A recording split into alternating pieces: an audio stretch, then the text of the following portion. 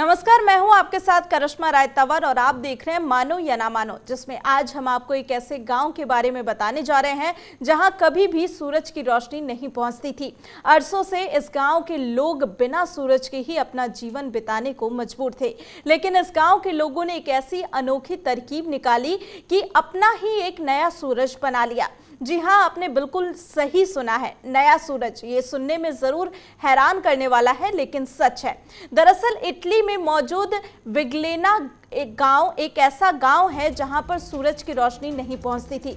ये गांव इसलिए अजीब है क्योंकि यहां कभी भी सूरज नहीं निकलता, और इससे भी खास बात यह है कि यहां पर रहने वाले लोगों ने अपना ही सूरज बना लिया। जी हाँ, आपने अब तक कई अजीबोगरीब चीजों के बारे में सुना होगा, लेकिन आपने कभी ऐसे सूरज के बारे में नहीं सुना होगा जो कुदरत ने नहीं बल्कि मनुष्यों द्वारा बनाया गया है। कहते हैं कि जहां पर चाह है वहां पर राह भी होती है।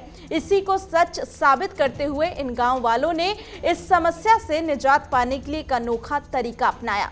दरअसल यह गांव मिलान के उत्तरी भाग में करीब 130 किलोमीटर नीचे बसा हुआ है, और पहाड़ियों से घिरा होने की वजह से यहाँ के लोगों के पास सूरज की रोशनी नहीं पहुंच पाती थी। इस गांव में करीब 200 लोगों की आबादी है, और यहाँ रहने वाले लोगों ने ये मान लिया था कि अब कभी भी यहाँ पर सूरज नहीं उगेगा। लेकिन इस गांव के एक इंजीनियर और आर्किटेक्ट ने लोगों को भरोसा दिलाया कि यहाँ भी सूरज उग सकता है।